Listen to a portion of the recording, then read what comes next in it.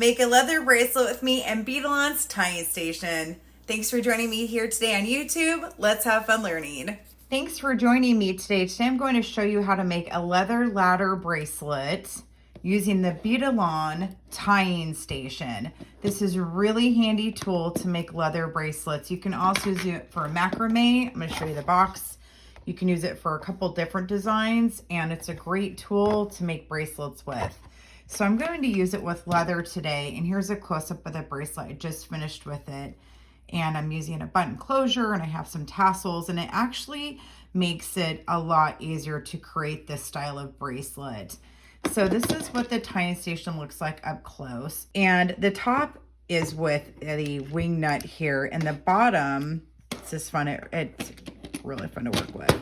This can be adjusted to the length of the bracelet you want using the inches along the side. So you can stop when you want to reach the end of your bracelet.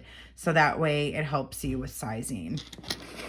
So I'm going to turn it this way. So the first thing I'm going to do is loosen up my wing nut and lift the plates and take this off like so. And the whole thing pops up really easily.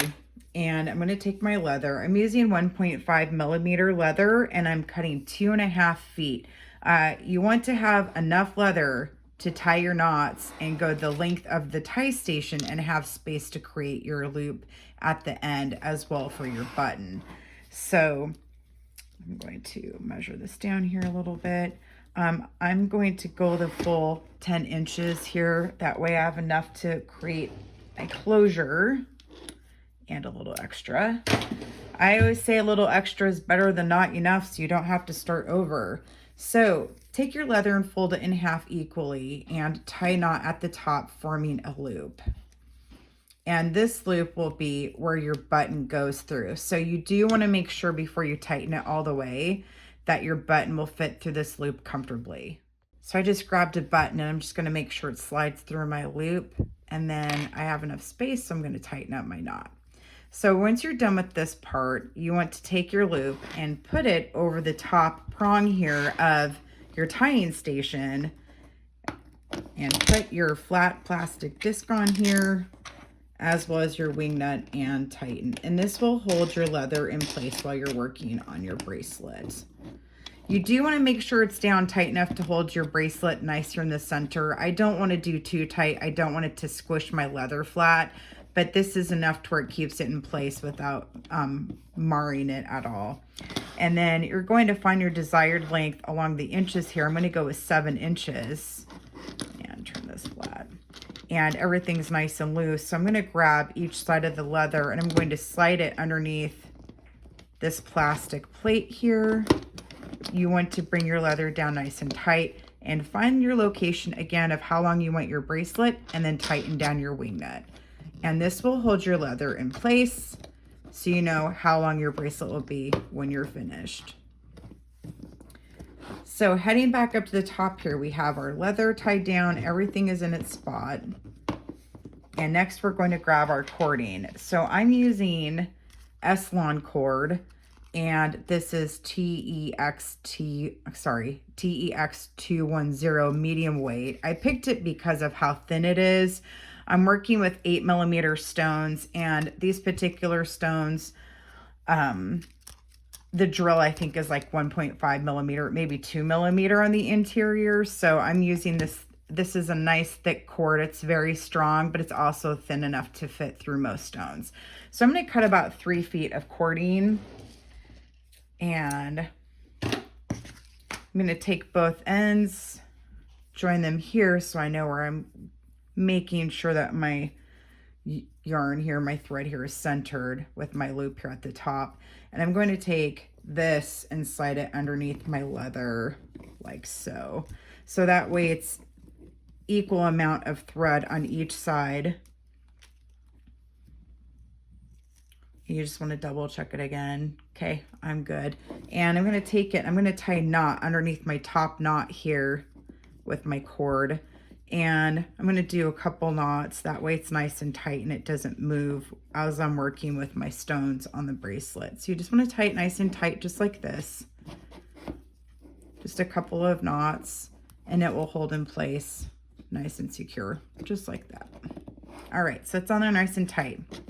So now I'm going to take my cording and I'm going to go over the edge of my leather like this and back through the center. And you want to do this with both sides. So you're going to take your cord over your leather and back through the center. So now I have both pieces of cording through the center of my leather, and I'm going to add my stones. I'm using some really pretty faceted quartz, clear quartz stones from Tejas Beads. And the other thing is, if you find your beads maybe are a little tight in the center, you can use the Beadalon big hole needle and just put your thread through the needle, and the needle will help you go through the stones a little bit faster and more efficiently if the thread is kind of fighting with you. So as you're going along, you want to take your cording and you want to have each side go through the center of your stone, like so. And then you want to pull on each side like this and bring it up towards the top of your bracelet, underneath the top knot here and in the center. So this will be the beginning of your bracelet. And sometimes it wants to kind of move around because you haven't established everything yet. That's okay. The more you bead, everything will hold in place better. So again, just take your cording, go over and around your leather again, and then bring your cording into the center like so. And then I'm going to grab another bead. And again, I'm going to take one cord, go through the center of my bead when I can find it, like so. Kind of pull it through a little bit, grab my cord from the other side, go through the center like this. Got distracted by an email from it that popped up. Go through the center like this, and then take both strands and pull on them and just kind of move it up to the top of your bracelet and tuck it underneath the previous stone, just like so. And you kind of want to pull it tight as you're moving up. And then again, take your cording, go around your leather, and then bring it back through the center again. And so you'll just keep repeating these steps until you've reached the desired length of your bracelet. Now, if you want to have like a 7.5 inch bracelet, you want to stop beading at 7 inches and then take the remaining 1/2 inch to be where your button closure will be. So on this one, you have your button loop here at the end, and when we're finished, that's when we will add our button to tie off. So if you want, again, a 7-inch bracelet, or sorry, 7.5 inch bracelet, you just want to stop beading at the 7-inch mark and then use the remaining space to tie your button. So here we go. Just going to go around the leather with our cording like this, bring it back into the center, and then grab a bead again. Got fished out of my box. And then go back through the middle of your stone again with your cording on each side, and then pull through the center. And again, you just repeat these steps until you finish your desired length on your bracelet. So I'm going to continue going, and I'll be right back, and I'll show you how to close off your bracelet. So I finished beading my bracelet, and the next thing I'm going to do is tie off the end and then add my button. So I'm going to loosen this wingnut and remove the leather from underneath it. And I'm going to take my cording and I'm going to take both the ends from around my leather here, and I'm going to tie a knot. And I'm just going to kind of grab them together and do an overhand knot. Now you have to be careful when you're doing this because sometimes your stones might want to come out of place. So you kind of have to hold it in place a little bit and then take your cording and tie it nice and tight. And then everything will be nice and tight and will kind of lock into place and it won't move once you're finished tying it. I'm going to take my ends again and I'm going to go around this way. I like to have just extra knot security. And I'm going to separate the ends and then tie an overhand knot over my previous knot like so.